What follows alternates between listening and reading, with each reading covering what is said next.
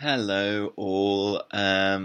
Apologies for the lateness of this report. I'm currently away in Poland, in Warsaw, on work, and I was only able to see half of the game live.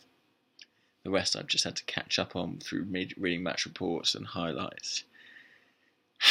And, I feel pretty similarly about it to as I did about Southampton. It was a very difficult game to analyse at St Mary's Stadium, partly because I was trying to overcome my own personal disappointment about it, and I've encountered a similar thing really with this West Ham game. I mean, all the issues that one had with the Southampton performance, you probably would have had with the West Ham one too, and that's despite a very different approach. A back four with Ainsley Maitland-Niles at left back.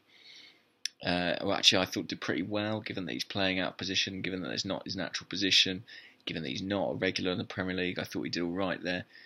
In midfield, the injury to Ramsey forced some changes. Iwobi came in, Wilshere came in, and theoretically, those are players who can pick a pass, who can unlock a defence, and we were crying out for that against Southampton, but we couldn't do it. We couldn't do it against West Ham. I mean, we had the odd half chance Iwobi struck a post.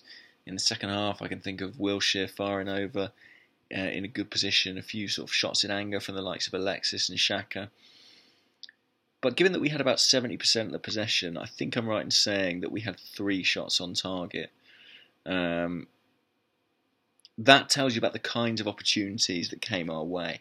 They generally weren't good ones. We had 22 attempts, but a lot of those were from distance or not realistic goal-scoring opportunities.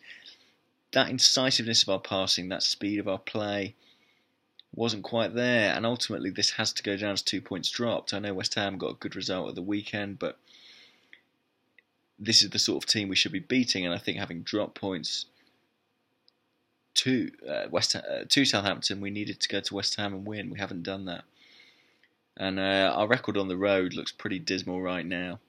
That Everton game looking more and more like an anomaly with every passing week.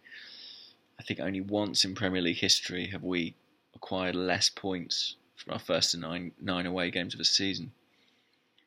And I suppose the only comfort you could say is that Arsenal have at least stopped conceding goals on the road. We've had a clean sheet in 2 of our past 3 Premier League games. We have stopped the rot a little bit defensively away from home, but that seems to have come at a cost. And that's something we've seen from Arsene Wenger teams in recent seasons. They tend to be good at one end of the pitch, and it's a very difficult process to recalibrate them and try and get it spot on at both ends. We're struggling with that at the moment. And I think Arsene's struggling to know his best team. He's struggling to know his best formation. And if you don't know your best formation, your best 11 is a stretch.